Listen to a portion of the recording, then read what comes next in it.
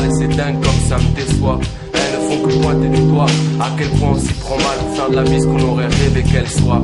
À croire qu'on aime être dans la mouise. Ça fait des siècles et des siècles et des siècles que les mêmes erreurs se reproduisent. Et face à cette tradition, notre seule réaction bien souvent c'est juste qu'est-ce que tu veux que je te dise? Je sais pas, j'aimerais vivre à la cool, mais les circonstances me poussent à suivre des schémas à la con. C'est pour ça qu'on rêve de s'extraire, d'avoir une vie extra, d'être externe de ce monde, même si on ne connaît que celui-là.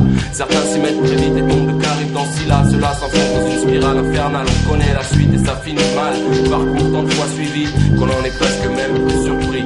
D'autres rêvent de retraite paisible sur une île paradisiaque, mais ça reste difficile quand t'as pas un radic. Donc pour 10 sacs, ils s'achètent de l'espoir à la loterie. À chaque tirage sentent leur cœur battre, et si ça marche pas tant pis.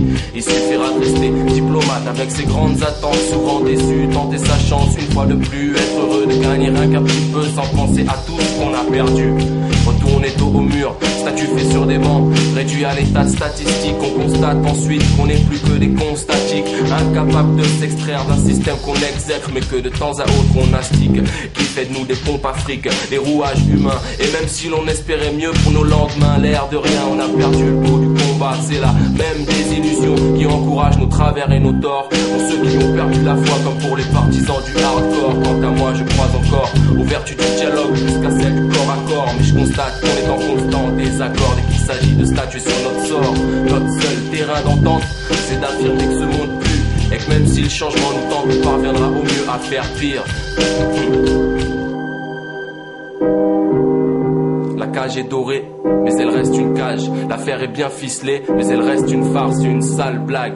Mais qui fait-elle marrer? Je sais pas, sûrement juste quelques types qui n'ont vraiment pas le temps pour ça. Les cages d'escalier, les caves, les immeubles et en bas, une carte postale de gens heureux posant devant une villa. Même si j'en voudrais de cette villa, je sais que le verre est dans le rêve et que le fruit pourrit déjà. Car si sur cette carte il sourit, c'est pas qu'ils soient spécialement plus heureux que moi, c'est juste qu'ils sont payés pour que je le voie, que je le veuille et que j'y crois.